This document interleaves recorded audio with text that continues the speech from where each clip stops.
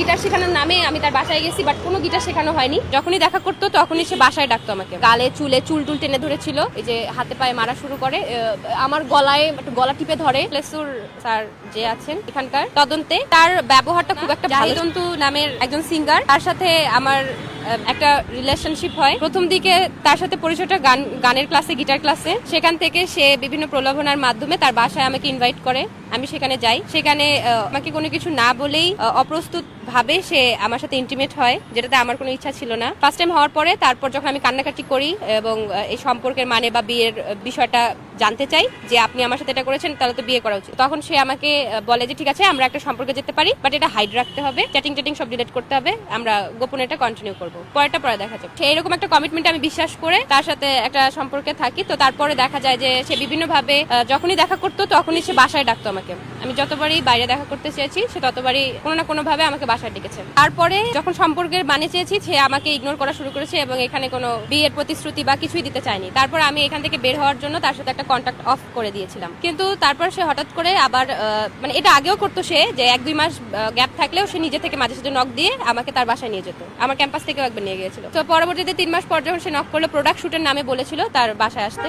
আমি বলেছিলাম রেস্টুরেন্টে কোথাও বসি, সে দেখা করতে চায়নি বাইরে কোথাও। তো বাসায় যখন যাই তারপরে সে আমাকে জানায় যে প্রোডাক্ট শুটটা লেট হবে, তার ড্রেসটা আসতে আরো 10-12 দিন কিন্তু লেট হবে। সো সে আমাকে একটা মানে অন্য কিছু বলে তার বাসায় নিয়ে আসলো, যে প্রোডাক্ট শুটটা ওই দিনই। তারপরে সে আমার সাথে আবার ইন্টিমেট হওয়ার চেষ্টা করে, আমাকে রেপ করার চেষ্টা করে। আমি এখান থেকে বাঁচার চেষ্টা করি এবং সে তারপরে আমাকে অমানবিক অত্যাচার শুরু করে, এই যে হাতে পায়ে মারা শুরু করে, আমার গলায় একটু গলা টিপে ধরে।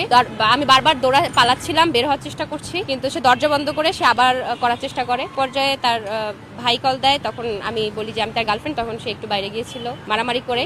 তারপরে যখন এটা সে আবার ব্যাক করে জানতে পারে, তখন সে আবার এটার জন্য আমাকে আবার মারধর করে। তো তখন গালে চুলে চুল টুল টেনে ধরেছিল। তো এইভাবে আমি পালিয়ে আসি। তারপর আমি গুলশান থানার আশ্রয় নেই এবং তার নামে একটা মামলা করি।